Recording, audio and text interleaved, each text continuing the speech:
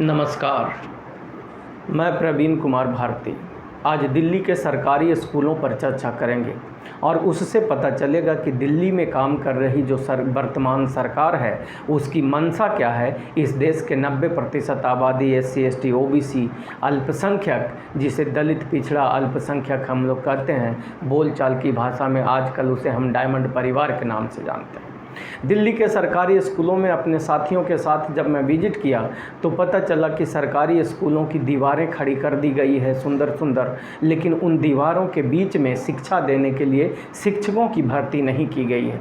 यानी हजारों करोड़ रुपया के लागत से जिसको कि बनाने में सरकार कमीशन खाती है। आपको मालूम है कि जब एक बिल्डिंग 1 लाख रुपया का बनता है उसका बिल 10 से 15 लाख रुपया कहा जाता है कि सरकारी खाते से निकलता है। यानी जो व्यक्ति ठेकेदार बना उस बिल्डिंग का वो 5 से 10 लाख रुपया कमाता है। तब यहाँ पे एक बात और मैं आपको बता दूं कि दिल्ली के सरकारी स्कूलों में एक एक कमरे बनाने में जितने भी ठेकेदार लगाए गए, सारे 10% वाले ऊंची जाति के लोग लगाए गए ताकि 10% व्यक्ति का विकास हो, यानी ऊंची जाति वालों का विकास हो और दलितों, पिछड़ों, अल्पसंख्यक को गुमराह किया जा सके।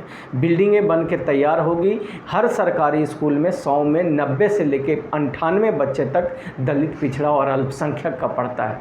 बिल्डिंगों से बच्चे तो नहीं पढ़ जाते। जिसमें हजारों करोड़ रुपया लगा करके आप बिल्डिंग बना सकती है दिल्ली की सरकार, वहीं पे 200-400 करोड़ रुपया की सैलरी दे करके शिक्षक नहीं रखा गया आम आदमी पार्टी की सरकार से।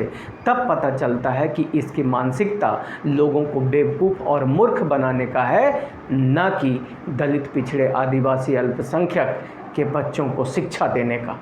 मैं बात सही बोल रहा हूँ। बात यहाँ तक पता चली बच्चों से बातचीत करने के बाद और कुछ शिक्षकों से बातचीत करने के बाद कि इस प्रकार का प्रारूप बनाया गया है कि बच्चों को फेल नहीं करना है, किसी भी कीमत पे बच्चे को पास किया जाए, ताकि दिल्ली के शिक्षा मंत्री और दिल्ली के मुख्यमंत्री मीडिया में जा कर के ये कह सके कि दिल्ली के सरकारी स्कूलों का रिजल्ट 100% है। लेकिन यहाँ गंभीर विषय ये है कि अगर हमारे बच्चों को पढ़ाया नहीं जाएगा और उनको सिर्फ डिग्रियां दे दी जाएगी तो वो बेचारे तो कहीं के नहीं रह जाएंगे। वो तो एक कहावत आपने सुनी होगी, धोबी का कुत्ता न घर का न घाट का।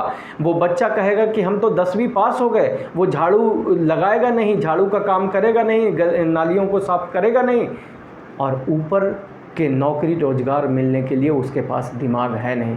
तब अरविंद केजरीवाल ने स्कूल ऑफ एक्सेलेंस में ये व्यवस्था बनाई कि स्कूल ऑफ एक्सेलेंस में जाने के लिए सिर्फ एग्ज़ाम देना पड़ेगा। और इनको मालूम है कि दलितों और पिछड़ों के बच्चे जो सरकारी स्कूलों में पढ़ते हैं वो एग्ज़ाम में कभी पास नहीं होंगे।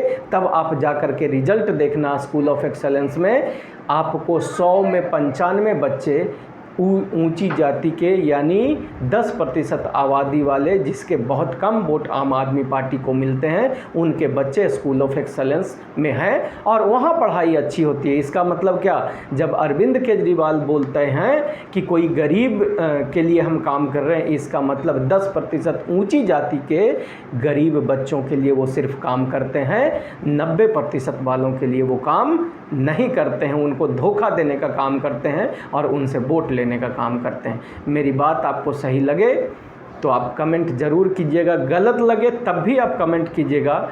और हम लोग डायमंड परिवार के लोग दिल्ली में 70 के 70 विधानसभा में हम लोग चुनाव लड़ करके अपने लोगों को जिता करके एक अच्छी नीयत और मानसिकता वाली सरकार दलितों, पिछड़ों और अल्पसंख्यकों की बनाएंगे, जो हमारे बच्चों का वास्तविक शिक्षा देने का काम करेगा। जय भारत, जय संविधान। चैनल को शेयर और सब्सक्राइब जरूर कीजिएगा।